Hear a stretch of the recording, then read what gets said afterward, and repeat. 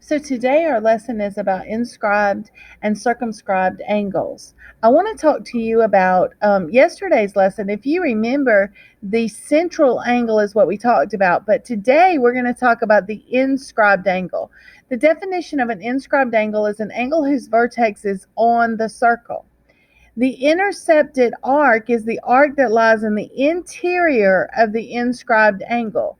So the inscribed angle is right here. The intercepted arc is the part that is broken. Remember, the definition of an arc is the unbroken part of a circle. So I want to point that out, that every inscribed angle's vertex is on the circle. Having said that, the theorem for an inscribed angle is the inscribed angle, the arc is half the measure. So what we're going to do is the angle is 1/2 the intercepted arc.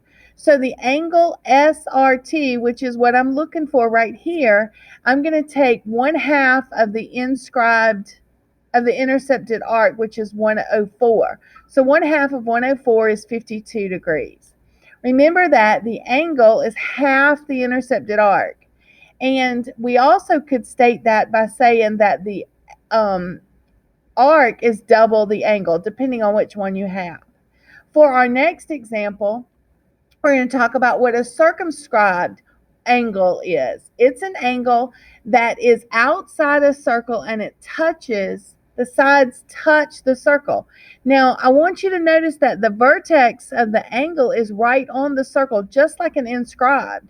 But this time you notice that part of it is outside.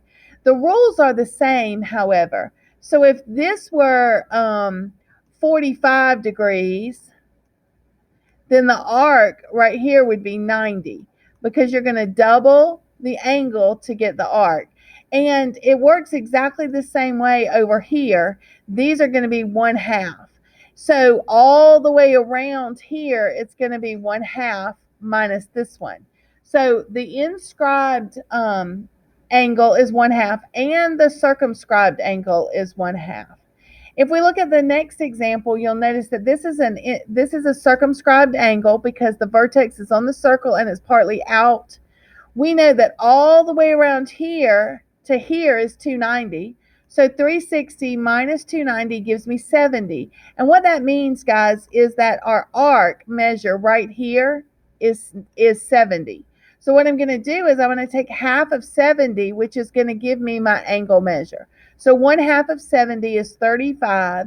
My question asked me to find the measure of the angle indicated. That's angle KLM, and that's 35 degrees. The third example that we have, I want to point out to you that if you look at this, we have an inscribed angle right here and an inscribed angle right here, but what's interesting is that these are intercepting the same arc. If they're intercepting the same arc, that means that the angles are equal. Because the angles are equal, we now know that we can set those equal. And like we talked about today in class, if the angles are equal, it just becomes an algebra problem. So 2x minus x is x, 56 minus 56 is 0. If x is 0, I'm going to plug in 2 times 0, and I'm going to get that the angle is 56. I caution you that on the EOC, sometimes you're asked for x, which would be 0, and sometimes you're asked for exactly what the angle could be. And then the extra problem that we have here, this problem is something that you'll see on the SAT or certainly on the EOC. You notice that HG is a diameter. So what we're going to do is we know that semicircle arc is equal to 180. So that's going to be my equation. I'm going to put 5x minus 5 plus 7x plus 17 equals 180. And then what I'm going to do is I'm going to solve this, and then I'm going to get x equals 14. The question that I'm asked is to find the angle HFG. Finding the angle means I'm going to go ahead and plug in 7 times 14 plus 17 gives me 115. I want to be clear about what 115 is. 115 is this arc right here. That's how I find this arc. The question asked me to find this angle, so therefore I'm going to have to do 1/2 of 115. And when I do 1/2 of 115, I get 57.5. So guys, remember the difference between a central angle and an inscribed angle. An inscribed angle has the vertex on the circle.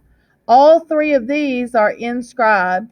And I want to be clear about a central angle. Central angles are equal to their intercepted arcs.